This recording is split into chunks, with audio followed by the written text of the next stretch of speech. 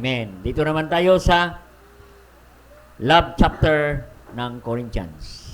Chapter 13. Sige, basahin natin siguro ito. 13, ano? 13 hanggang 1 to 13. Sige. 1 Corinthians chapter 13, 1 to 13. Basahin natin ng salitan. No? Para mas marami tayong makuha rito.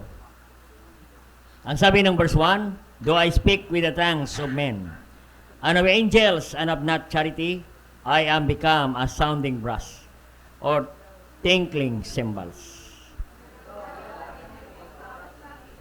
Understand all the mysteries, and all knowledge, or they have all faith, and remove mountains.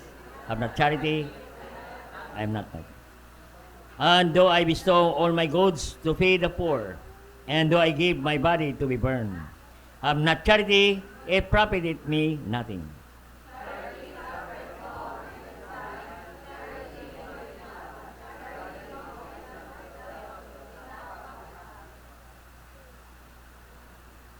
Do not behave itself unseemly, seek it not her own, not easily provoked, thinketh no evil.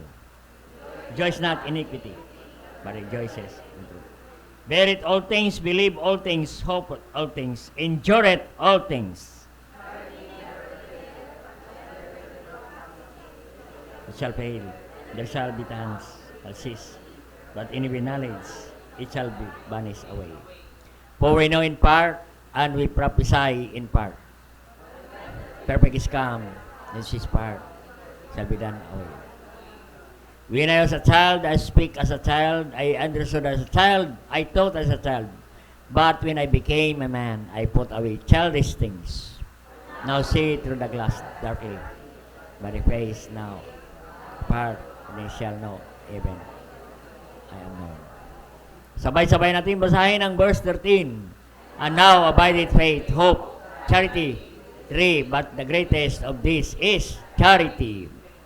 Amen. Yan po ang pag-usapan natin about charity. Charity means love. Tayo po ay manalangin, dakilang Diyos, makapangyarihan sa lahat. Salamat, Panginoon. Sa gabing ito, salamat sa divided session, salamat sa fellowship, salamat sa awitin ng choir, salamat sa special number na naganda ng aming puso, handa makinig na yung mga salita. Salamat din sa mga bisita namin ngayong gabi. Salamat sa mga nakasama namin sa online. Bless them also tonight, O God. Salamat po sa bawat isa narito. And more power, your presence, Holy Spirit, in our midst tonight, O God. Make me as blessing. And inyong mga salita namin nabasa ay malaking pakinabang po sa aming buhay, Panginoon. Makita namin, O Diyos, ang tunay na pag-ibig na galing sa inyo, Panginoon. At kami po ang bunga ng inyong pag-ibig, Panginoon. What a blessing kung hindi sa pag-ibig ninyo, Panginoon. Hindi po kami naligtas. At hindi po nabago ang aming buhay. At hindi mo kami ginamit sa inyong gawain, Panginoon. Kaya salamat po, Panginoon. Gabayan po kami ngayong gabi. Bless your messenger tonight, O God. As I deliver your message tonight, O God. Make me blessing to the brethren, O God. To listen to thy word, O God. Cleanse our heart and forgive our sins. And all these things you ask in Christ Jesus' name. Amen. Amen. Napakita natin, pag-usapan natin yung signs that a Christian fall in love with the Lord. And symptoms, amen, that your love fails. Amen. Mga tanda ng mga pagmamahal, no? Pagmamahal natin sa Diyos, no? At mga simptomas, no? Na ang pag-ibig natin ay matamlay na sa Panginoon. Amen. Kaya chapter 1 Corinthians chapter 13, no, is known as the love chapter of the Bible, no? Dito po pinakita ni Apostol Pablo sa Church of Corinth. Amen. Kasi ang Church of Corinth, makita natin ay mayroong mga iba't ibang klaseng mga tao. At makita natin doon ang mga tao sa Church of Corinth. Sila ay mga sinasabi sa buhay. No? Mga marunong. May mga kaya sa buhay. No? Mga galing. They were Greek philosopher. No? Mga matatalino. No? They belong to elite people. No? Pero makita natin, no? Kaya sabi ni Paul, makita natin, they were expert in terms of languages. No? Kaya sabi ni Paul, no? Sabi ni Paul sa verse 1, do I speak with tongues of men? No? Sabi niya kahit kayo ay magaling magsalita. Alam ninyo ang iba't ibang wika. Yan. Mga languages, no? Ay makita natin, kapatid, no? Ang sabi ni Paul, kahit wika ng anghel. Aba, imagine, kapatid, no? Alam nila ang wika ng anghel. Amen. Kaya nilang kausapin ang anghel. Amen. Angels have not charity. Amen. Magaling ka mag-speech. Amen. Magaling ka mag-oratory address. But not in charity. Pag walang pag-ibig, ay sayang. Ang sabi ni Paul, no? Kung walang pag-ibig, para kang tanso na umaalingaw-ngaw. Parang cymbals, no? Cymbals, no? Yung pumpyang, yung tunog ay sakit sa tenga. Amen. Kung walang pag-ibig. Amen. Kahit anong galing natin magsalita, languages, pag walang pag-ibig, walang kwenta. Amen. Sabi ni Paul, ikaw ay pinakamagaling na mayroon ka ng gift of prophecy. Mag-gift of prophecy. Matalino. Amen. Mayroon kang, alam mo yung future.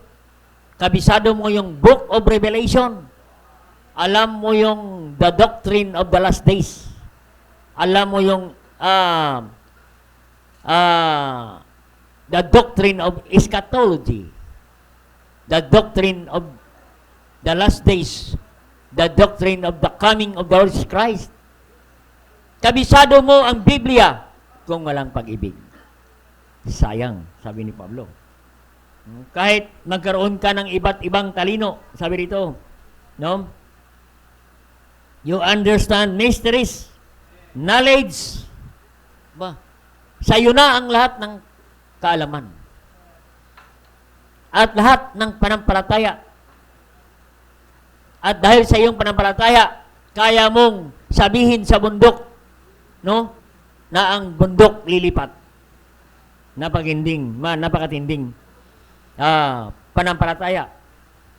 And have not charity, I am nothing. Amen. Kasi ang nagsalita si Pablo. Kung kagalingan man ang pag-usapan, si Pablo.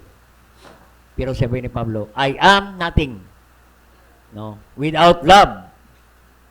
Kaya mahalaga ang pag-ibig. Amen. No?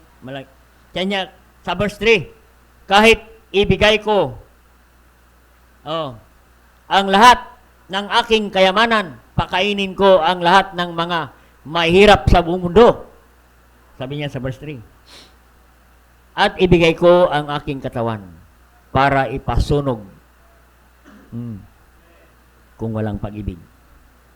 Biro mo yan, kapatid. Wala pang makagawa nito, kapatid. Na ibigay mo ang iyong katawan. Susunogin lamang. Amen. Pero kung walang pag-ibig, yan ay sayang, kapatid. No? Ang sabi ng Biblia, sa verse 3, it profited me nothing. Walang pakinabang ang isang lahat na yan kung walang pag-ibig. Kaya napakalaga ng pag-ibig, kapatid. No? Kaya makita natin, kapatid, no? Walang kwenta ang lahat kung walang pag-ibig. Kaya nga sa last na verse, now abideth faith, hope. Ano pa? Charity. These three. But the greatest of these is charity. Amen. Charity means love. Amen. Maganda, no? No, mayroon kang tatlo, mayroon kang pananampalataya, praise the Lord. Mayroon kang pag-asa. Amen. Abang pag-ibig, kapatid, hindi nawawalan ng pag-asa. Amen. Pero ang pinakadakila sa lahat ay sa tatlong ito ay pag-ibig. Kasi yan po ang pundasyon ng lahat ng bagay, lahat ng relationship. It always built with love. No? The basis of everything is love. It must be built by love. If not of love, we are nothing. Everything is nothing. Kung walang pag-ibig, walang kabuluhan ang lahat ng bagay. Amen. Kaya makita natin, kapatid, no? Kung walang pag-ibig, ay useless ang lahat ng bagay. Amen. At makita natin sa chapter 4 hanggang 8, ito naman ang mga katangian ng pag-ibig. Amen. Sa verse 4, makita natin, katangian ng pag-ibig. Ang pag-ibig ay charity, suffereth long. Amen. Kung pagtsatsaga ang pag-usapan, pagtitiis, makita mo, ang taong mapagtsaga, matiisin, yun ang taong may pag-ibig. Amen. Pag wala kang pag-ibig, wala. Bibigay ka. Amen. Kaya ito ang taong mahaba ang pasensya. Amen. Yan po. Is kind. Gumagawa ng kabutihan. Amen. Ang iniisip niya kung ano ang mabuti para sa iba. Amen. Hindi mainggitin. Amen. Hindi mainggitin. Kahit ano ang post sa social media. Oo. Hindi siya nagko-comment, sana all. Amen. Sana all. Amen. Pag nakita ng mga mag-asawa, nagpa-picture-picture. Amen. Sa gitna ng puso, aba, marami na naman ang magko-comment, sana all. Amen. Pag nagpo-post dyan na mayroong chocolate at bulaklak, at mayroong naka-rolyo na 1,000, aba, pipistahan ka ng sana all. Amen. So, makita natin, pero kapatid, ang tunay na nagmamahal, hindi nag-iinggit sa iba. Amen. Hayaan mo sila. Amen. Kasi alam mo, kapatid, sa pagpo-post natin, hindi lahat ay natutuwa. Amen. Yung iba ay naiinggit. Amen. Kaya mag-ingat kayo sa pagpo-post. Amen. Kaya mga kapatid, hindi mainggitin, hindi mapagyabang sa sarili. Amen.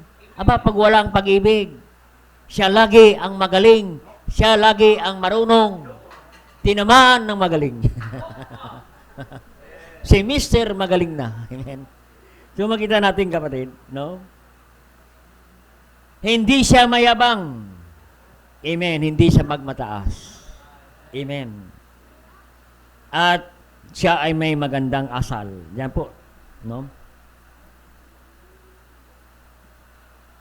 Do not behave itself unseemly. Amen. May magandang asal. Amen. Yan po ang pinakamalaga. Amen.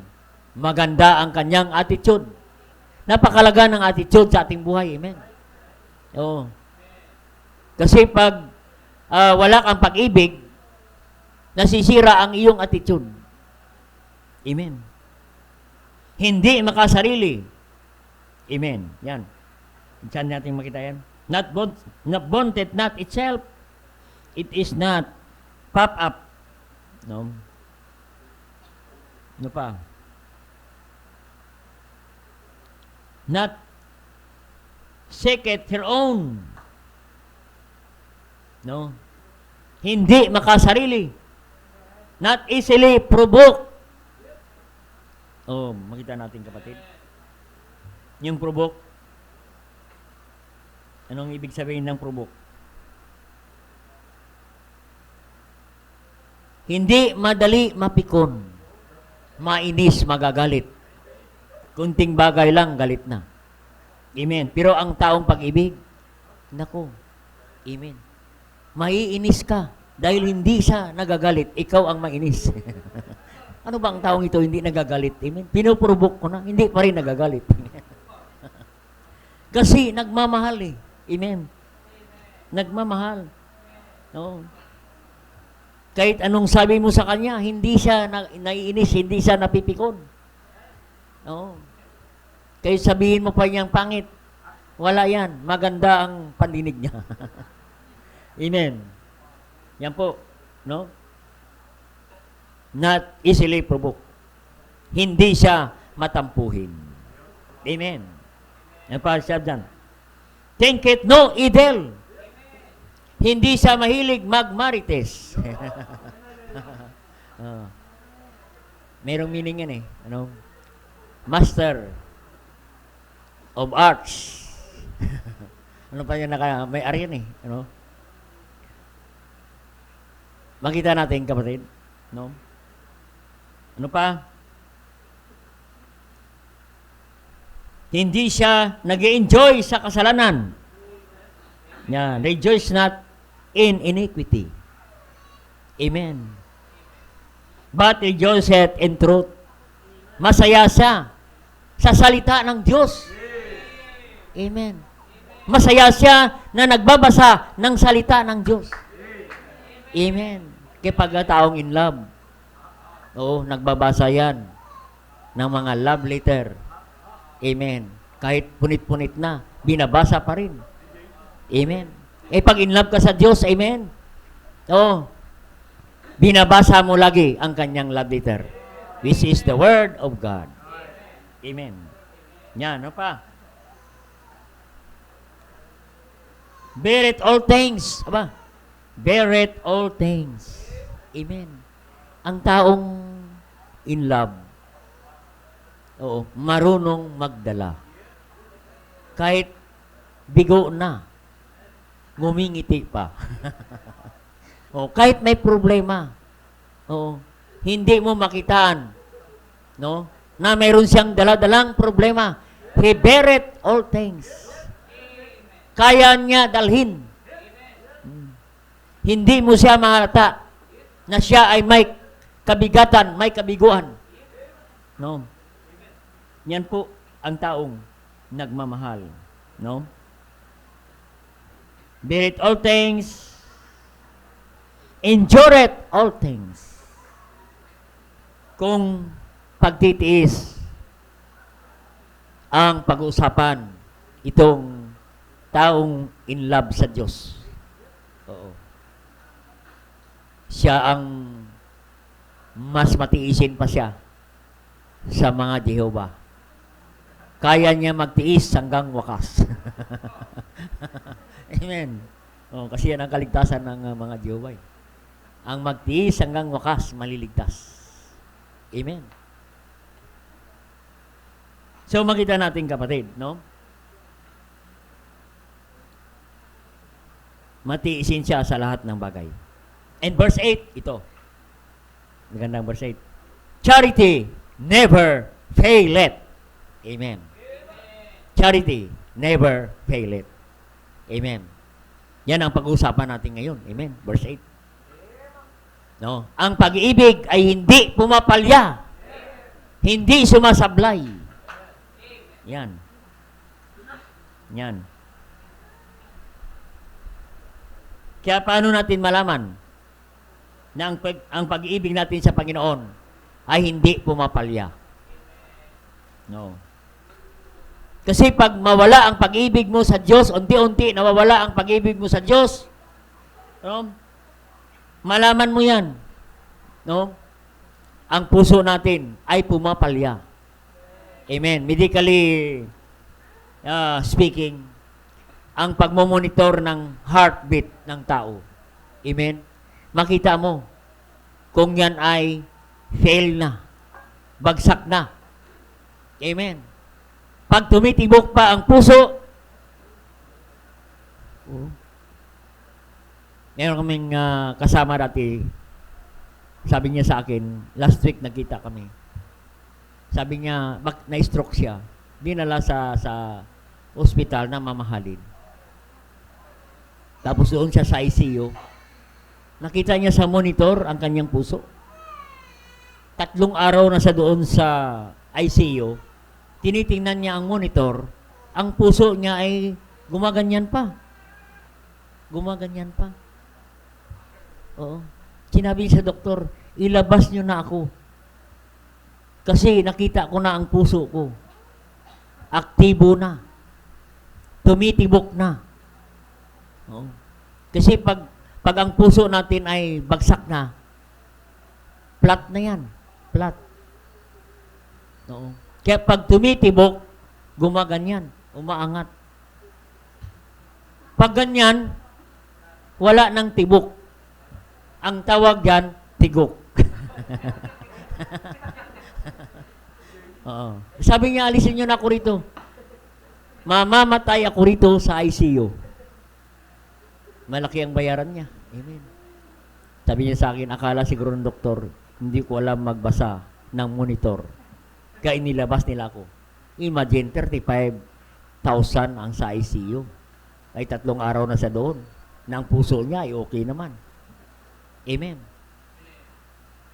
Kaya dapat bilang Kristiyano, ay dapat mayroon din tayong spiritual monitor sa ating puso. Kung ang puso natin ay tumitibok pa para sa Panginoon, o ang ating puso ay tigok na, wala na. Wala nang pag-ibig sa Panginoon. Amen.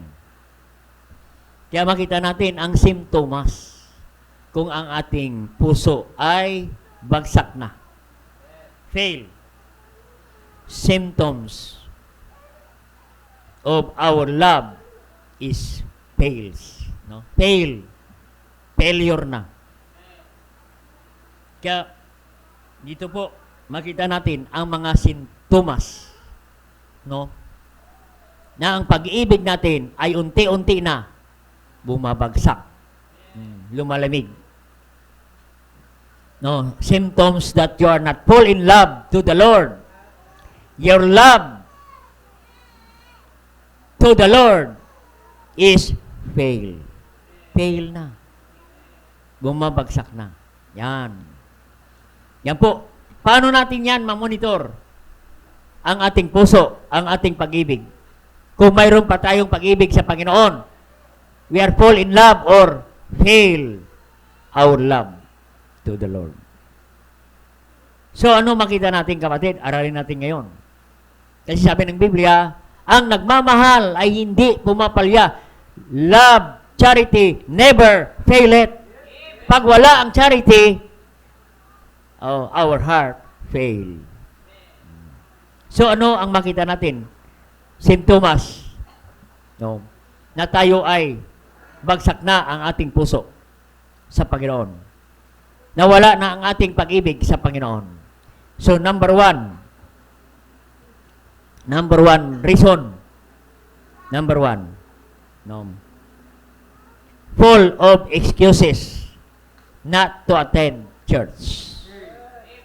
Oh, maraming excuses tayo pagdating sa usapin tungkol sa gawain ng Diyos. Oh, marami kang excuses. Makita mo yan. Makita natin yan sa ating attendance na lagi kang may dahilan pagdating sa pananambahan. Ibig sabihin, ang pag-ibig natin ay bumabagsak na. Amen? No? Marami kang excuses at lagi kang may excuse pagdating sa pananambahan, pagdating sa gawain ng Diyos, lagi kang may excuses. No? Yan po, makita natin. Kaya kalimitan dyan, may mga dahilan tayo. Oh, may dahilan. Ay, may pasok ako. May gawain ako. Sa mga estudyante, ay, mag-aaral muna ako. May project ako. Yun. May exam ako bukas. Yan. Kaya nag-excuse. Ginagawa natin ang excuse ang gawain ng Diyos sa mga bagay. Ibig sabihin, kapatid, ang ating puso ay bumabagsak na. Amen. So makita natin ang isang Kristiyano na bagsak na ang kanyang pag-ibig sa Diyos. Ang kanyang attendance on and off service. Amen? On and off. Amen. Minsan attend. Minsan hindi. Amen? Ito ang klaseng Kristiyano na bumabagsak ang kanyang puso, kapatid. No? Matamlay na ang kanyang puso. Kung siya ay lubog litaw na sa gawain ng Diyos. Amen? No? Lubog litaw sa simbahan. Parang palitaw. Amen? Yung palitaw, kapatid, ay lumulubog pag hindi pa naluluto. Pero pag naluto na, lumilitaw na. Pero ang Kristiyano, matagal nang lumubog, hanggang ngayon, hindi pa rin lumilitaw. Lumubog siya pagkatapos ng anniversary, nawala na. Malapit na anniversary, hindi pa rin lumilitaw si kapatid. Ang ibig sabihin, ang pag-ibig niya ay bagsak na. Amen. No? Yan po. The heart of the problem is the problem of the heart. May problema siya sa puso. Amen. Yan po. Makita natin. No? Ang ating pag-ibig ay pumapalya na pagdating sa gawain ng Diyos. Amen. Hindi na tayo naniniwala sa Hebrews 10:25, not forsaking the assembling of ourselves together as manner of some is. Manner. Ang word na manner, sa Tagalog, ibig sabihin yan, pag-uugali. Hindi na natin ugali ang magsimba, mananambahan sa Panginoon. Hindi na tayo sanay mananambahan sa Panginoon. Ibig sabihin, ang puso natin ay tagilid na. Amen. Mayroon na tayong heart failure. Amen. Kaya kapatid, no? Tingnan natin sa ating attendance. If you are full in love with the Lord or our love fail, palya na ang ating puso. Ang tibok ng puso natin. Kaya makita natin. Kasi sabi ng verse 8, charity never faileth. Pagmahal mo ang Panginoon, no? Ang pag-ibig mo sa Diyos ay hindi pumapalya at hindi ka rin pumapalya sa gawain ng Diyos. Hindi ka rin pumapalya sa pananambahan sa Panginoon. Amen. Nandyan ka, Sunday morning, hindi ka pumapalya sa Sunday evening, Wednesday prayer meeting, every activities, nandyan ka, kapatid. Ano ang dahilan? Dahil mahal mo ang Panginoon. Amen. Pero kung bagsak ang pag-ibig natin sa Diyos, marami tayong dahilan. May dahilan tayong trabaho, mayroon tayong dahilan sa pag-aaral, mayroon tayong appointment, marami tayong dahilan, kapatid. Ang dahilan, you are not fall in love with the Lord. Amen. Kaya, kapatid, no, mapapansin natin, ang taong bagsak na, o fall in love with the Lord, makita natin yan sa ating attendance, kapatid, sa ating pananambahan. Amen? Makita natin yan. Amen? Kaya dapat i-monitor natin, kapatid. O, dalawang bagay lang. Kung i-monitor mo o i-ignore mo ang mga bagay na ito. Kasi, hindi naman ako mahalata. Amen? Ng kapatid, wala namang naghahanap sa atin pag Sunday. Amen? Alam ng Diyos. Amen? Alam ng Diyos ang lahat ng ating mga dahilan. Amen? Alam ng Diyos kung tayo nag-aalibay lamang. Amen? Kasi, kapatid, ang taong bagsak na ang pagmamahal niya sa Panginoon, marami yan dahilan. Pero pag in love ka sa Diyos, laging may paraan. Amen. Pag nakausap mo yung taong yan, oo, kahit anong problema, mayroon siyang paraan. Amen.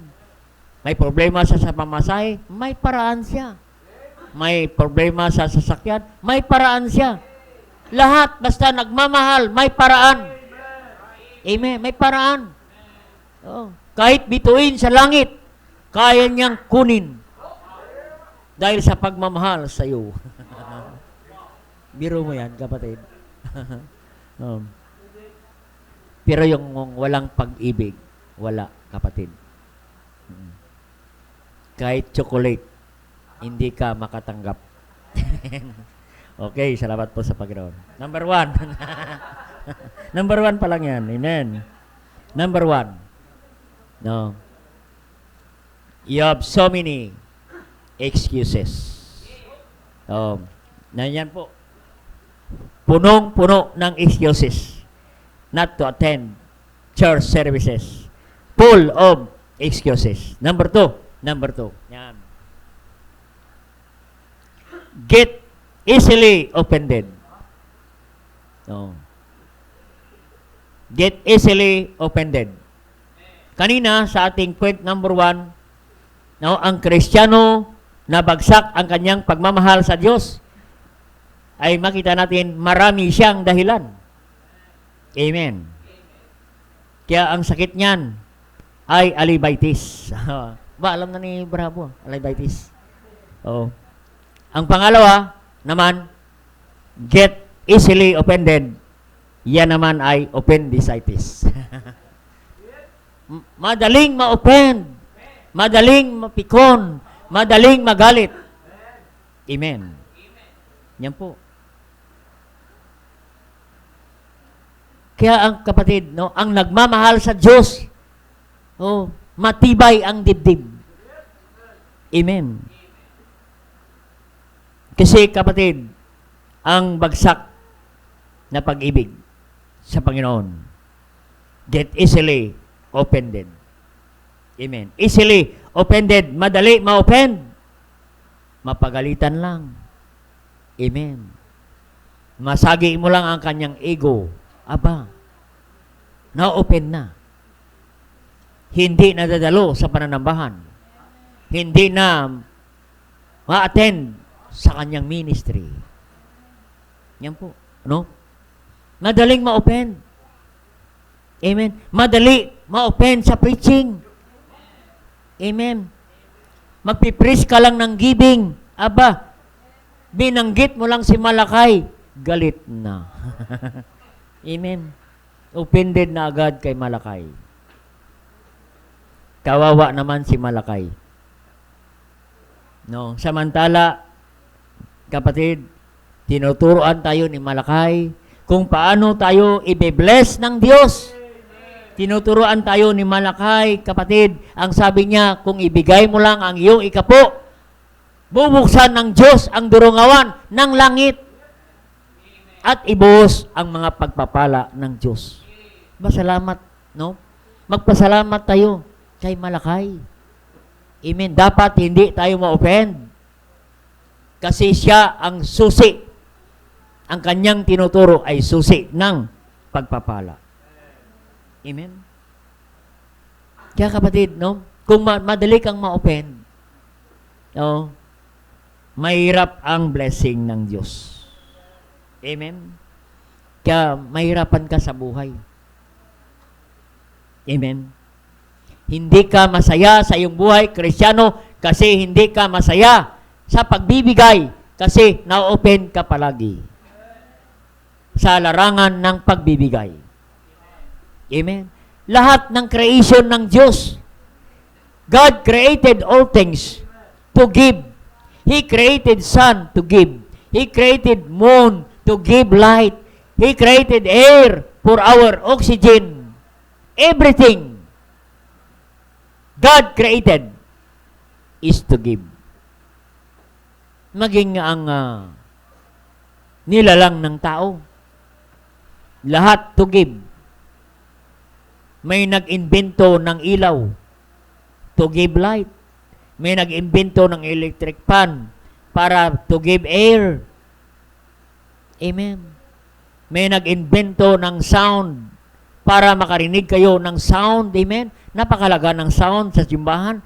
Because faith cometh by hearing, and hearing by the word of God. To give sound. Clear sound. Everything, kapatid. Lahat is to give. Kaya hindi tayo dapat ma-open pagdating sa giving.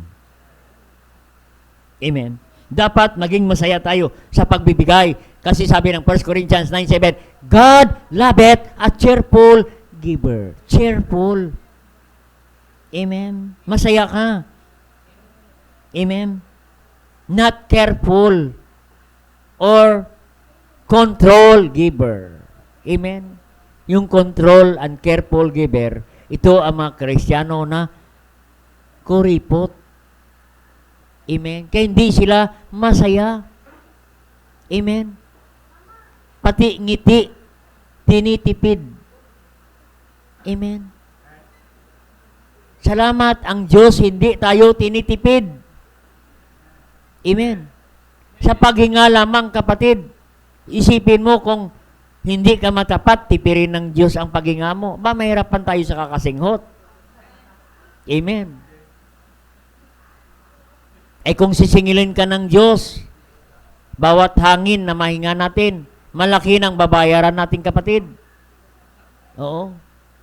Kung lalagyan tayo ng kontador, at pag hindi ka nakabayad, wala. Anong tawag yan? Anong tawag? Putol. Oh. Wala. Oh. Nakita ko sa Facebook. May nakalagay doon sa karatula sa kontador. Sabi niya sa mga magpuputol, no, pasensya na lang, wag niyo munang putulin. Kasi makipaglibing muna ako sa taong nagputol ng kuryente ko ng isang araw. Yung pala ililibing na yung nagputol. Amen. Kaya makita natin, kapatid, no? Dapat maging masaya ka. Hindi ka ma-offend. No? Kasi ang tao sa simbahan ay hindi naman perpekto. Lahat tayo makasalanan. Tayo ay naligtas sa biyaya ng Diyos. Kahit si perpekto ang pangalan, nagkasala pa rin. Amen. Kaya kapatid, no, salamat sa Panginoon. Alam mo, ang pinakamasayang Kristiyano, yung Kristiyano na masayang nagbibigay. Amen. Masaya. Amen. Kasi sa simbahan, maraming klaseng giver sa simbahan. May iba't ibang klaseng giver sa simbahan. Amen. Gusto nyo malaman? Amen. Unang giver, sad giver. Sad giver. No, ito ang isang giver na Kristiyano na pag may commitment, nagmumurmur, nagko-complain. No? Yan. Mayroon na naman tayong project. No, mayroon naman tayong commitment. Kaya nga, sad siya. Malungkot. Amen? Malungkot siya pag dumaan ang mga aser. Amen? Nakasimangot sa mga aser. Kasi siya ay sad giver. Amen? Pangalawang giver, mad giver. Amen? Sa Tagalog, ang mad, naiinis. Naiinis siya. Pag-giving ang pag-usapan. No. No. Naiinis siya. Nagagalit siya. Amen. Kanina, nung nagpaawit si Jed, masaya. Oo. Si Jimboy, masaya. Aba, nung giving na, doon na nagsimula muli ang kanyang kalungkutan. Mad giver. Amen. Ang isa pa. Number 3, bad giver. Ito ang bad giver. Madaling ma-open. Sad giver. Madaling ma-open. Mad giver. Nainis. No, madaling ma-open. Ito naman, sunod, bad giver. Amen? Maraming sinasabi. Pag-giving ang pag-usapan. Amen? Merong umatin dati sa amin doon sa Manila. Isang attorney. Ba nung nag-offering na-open si attorney. May nag-invite sa kanya. Narinig ko. Sabi niya, akala ko sa Katoliko lang ang may tong. Dito rin pala sa Baptist, nagtotong rin. Ganon ang term niya. Na-open. Amen? Na-open si attorney. No? Yan ang una niyang attend at huling attend. Hindi na siya bumalik. Open-ended po si attorney. Yan po. No? Maraming na-open kasi sila ay sad giver, mad giver, bad giver. Amen. Mayroon pa kaming bisita. Umatin. First Fruit Conference. Matindi yung speaker. Dynamic ang speaker. Hindi ko lang babanggitin, baka nanood nga ng speaker. Pagtapos ng preaching, lahat ng iyong mga malalaking bills sa inyong pitaka, subukan nyong ibigay, isakripisyo sa Diyos. Ayun. Ay meron siyang tinatago. Binigay niya. Pag-uwi, kapatid, wala na siyang pamasahe. Wala siyang pamasahe. Sabi niya, ayaw ko na dyan sa Baptist. Pag nagsimba ka, ubos ang pera mo. Oo. Kaya yan ang una niyang attend at huling attend. Amen. Umati ng First Fruit Conference. Amen.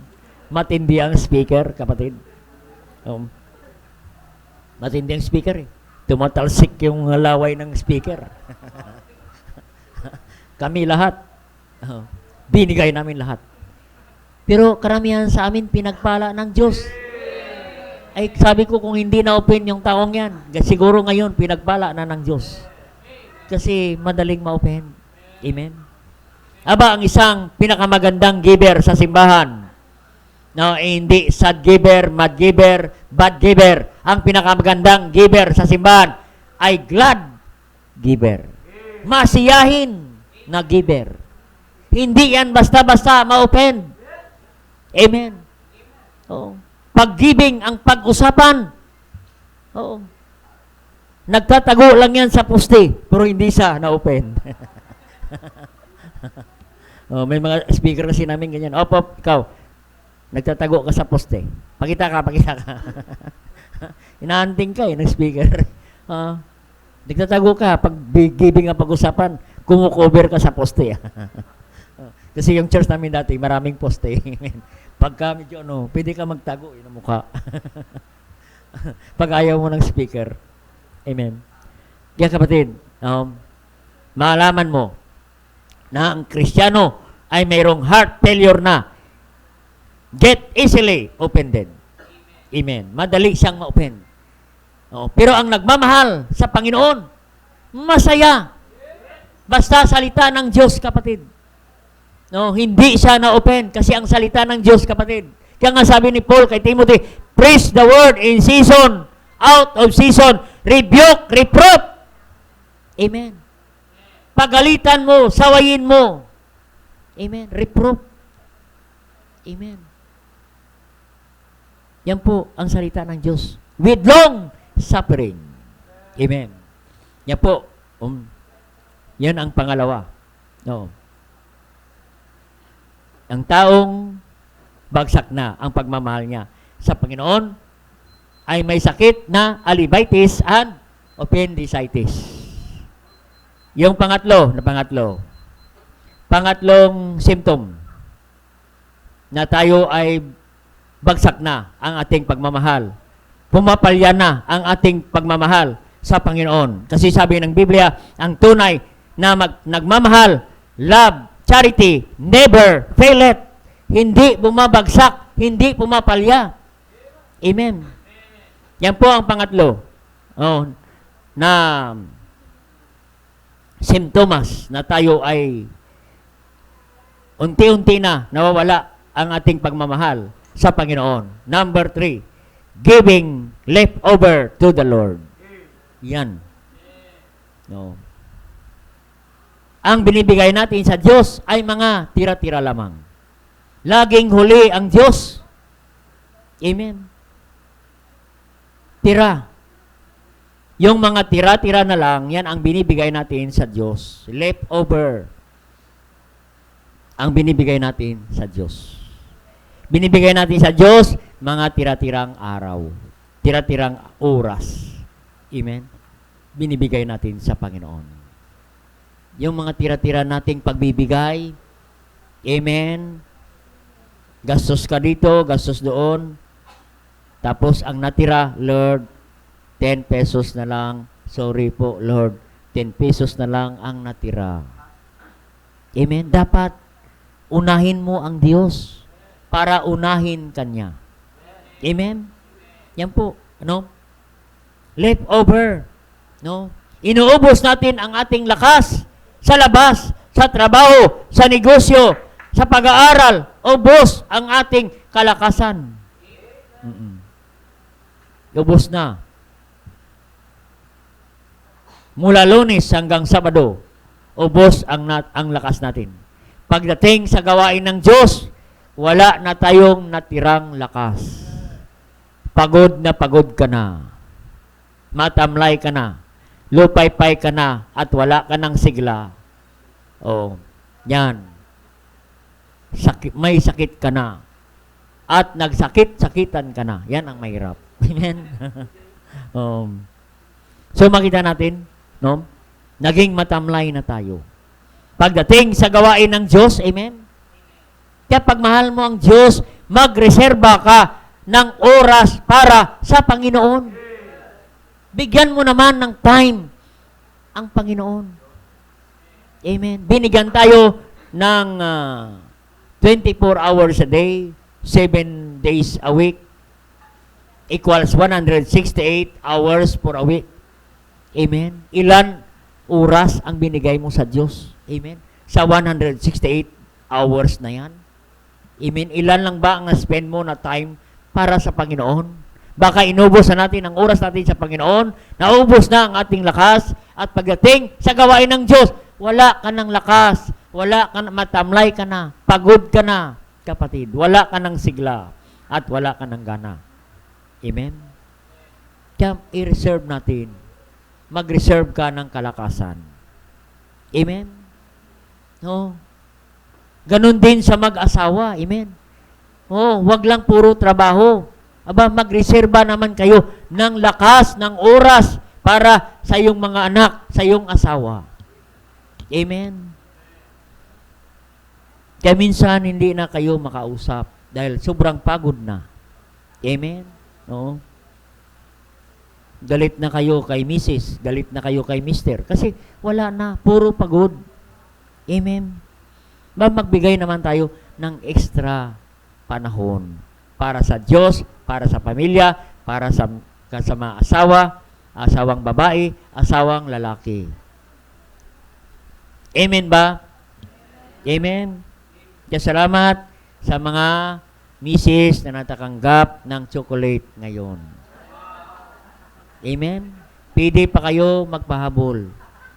No, pwede pa tayo maghabol. No. Mga husband, pwede pa tayo maghabol. No, matagal pa matapos ang February. Amen. Wag naman February 29. Amen.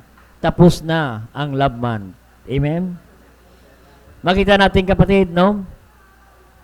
Not easily offended. Amen? Bakit kaya inauso yung chocolate na yan? Amen? Kami kasi naghahanap lagi ng chocolate. Pagtapos kain, Joka, may chocolate ka? Naghahanap kami ng chocolate. Amen? Bakit kaya chocolate? Sa mga kasintahan, chocolate agad binibigay. Amen? Kasi alam mo yung chocolate, mataas ang sugar. Amen. Kasi ang sugar, nagpapahina ng iyong brain. Hindi ka makasyadong makaisip. Kaya kung mga nanliligaw, hindi na nag-iisip ang mga babae. Bakit ko kaya nasagot yun? Kasi dahilan niya sa chocolate. Nasubrahan ka sa chocolate. Yan ang origin ng chocolate. Kung bakit niregalo ng mga kasintahan. Sa mag-asawa, hindi uso. Timplahan mo lang ng kape. Amen.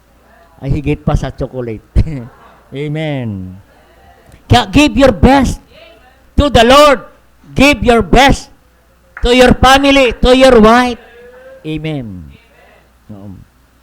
Kaya don't give leftover. Kasi ang leftover, para lang yan sa mga pusa. Amen? Oo. Ang pusa, mahilig yan sa tinik. Kaya pag may isda ka, pag may dala kang isda, naku, ang mga pusa ay naglulundagan. Paborito nila.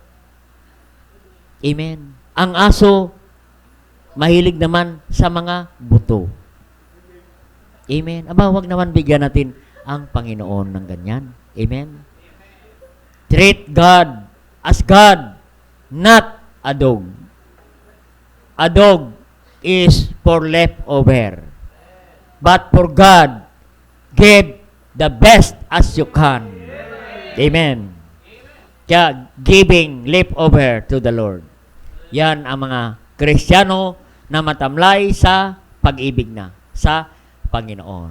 Number 4. Yan, malapit na tayo. Mga 12 lang ito. Hindi, biro lang. 12. Number 5. Number 4. Paano mo malaman na ang pag-ibig natin sa Diyos ay matamlay na? Sa number 4. No. Sana hindi kayo ma-open. Habitual lateness.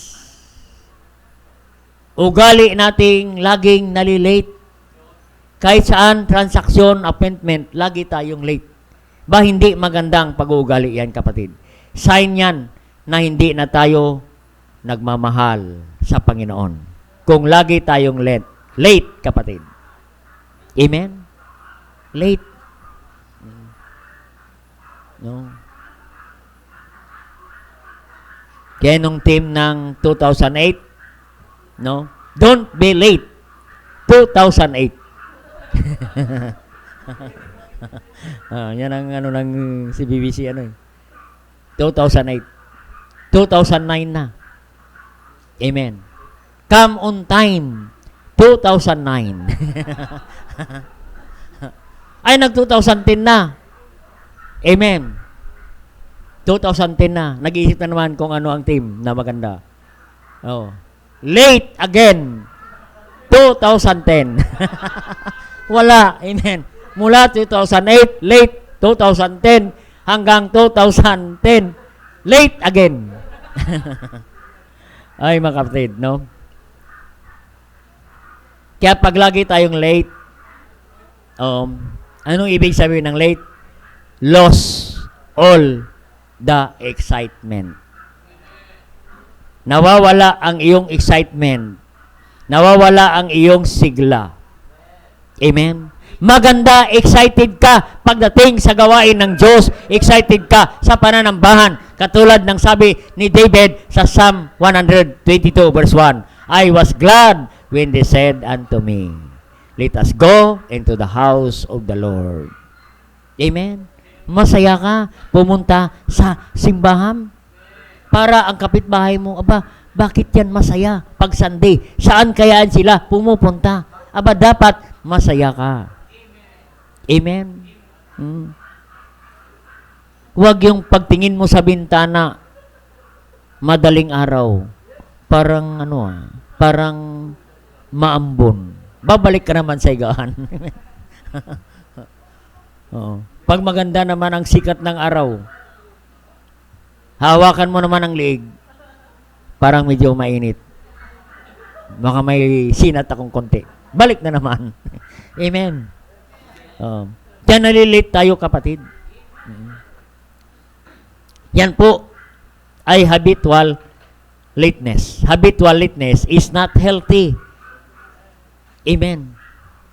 No, kahit saan ka, pag ikaw ay habit mo ang late, amen, hindi ka nagugustuhan sa kumpanya pag lagi kang late. Madali kang matanggal sa trabaho. Amen. Kaya kapatid, come on time. No? Because our God is the God of time. Amen. God is the God of schedule. Amen. Nakakalungkot, kapatid, sa trabaho, on time ka. Sa school, on time ka. Sa mga business mo, on time ka. Pag may appointment, on time ka. Ay bakit pag sa Panginoon, late ka? Ay naging habit na natin kasi ang late. Kaya habitual lateness. Isa yan sa tanda ng ating pag-ibig sa Diyos ay bagsak na, pumapalya na. Amen. Kaya may problema tayo sa ating puso. Amen. Because love never faileth. Amen. Kaya kapatid, no? Dapat malaman natin ng mga sintomas na yan ay pabagsak na pala ang ating pag-ibig sa Panginoon. Amen. Yan, last, na matamlay ka na ang pag-ibig mo sa Panginoon. Pumapalya na ang pag-ibig mo sa Panginoon. And number 5, last, lack of cooperation. Amen. Hindi ka nakipag-cooperate, hindi ka tumutulong. Amen. Hindi ka tumutulong. Amen. Yung makasama natin, busy na sa gawain ng Diyos, ay tayo, wala pa rin ginagawa, hindi tayo nakipag-cooperate. Isa po yan sa tanda na ang pagmamahal mo sa Diyos ay matamlay na, kapatid. Amen? No. Bakit maghanap ka ng gagawin? Amen? Anong sabi ng 1 Corinthians 10:31? What ye eat or drink, do all for the glory of God. Ano man ang ating ginagawa, ay maluwalhati natin ang Diyos. Amen? Kaya dapat, kapatid, mag-cooperate ka. Amen? Isa yan sa tanda na nagmamahal sa Diyos, naghahanap ka ng gawain. Makagawa ka para sa Panginoon. Amen? Hindi ka na inuutusan, kundi naghahanap ka kung ano ang magawa mo para sa Panginoon. Amen? Tinanin natin sa Romans 12, verse 11. Romans 12:11. Yan, mga last natin verse na yan. Romans 12:11.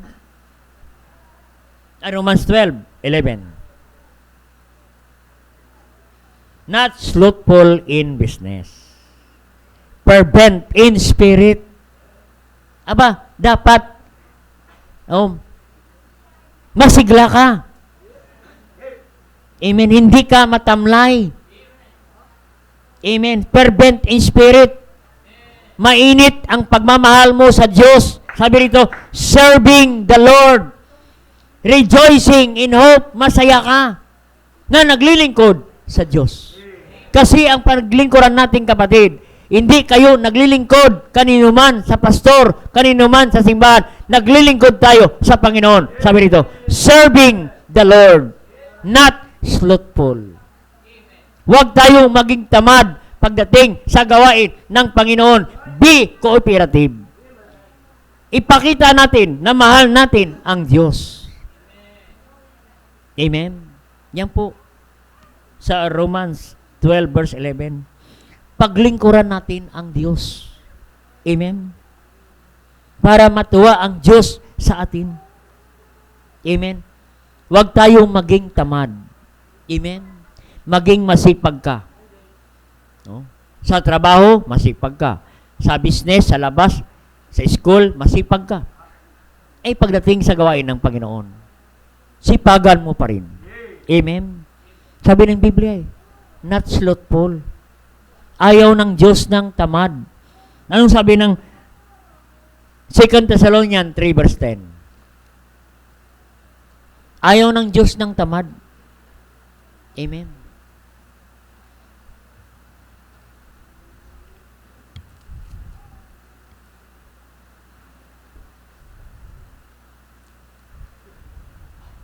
2 Thessalonians 3:10.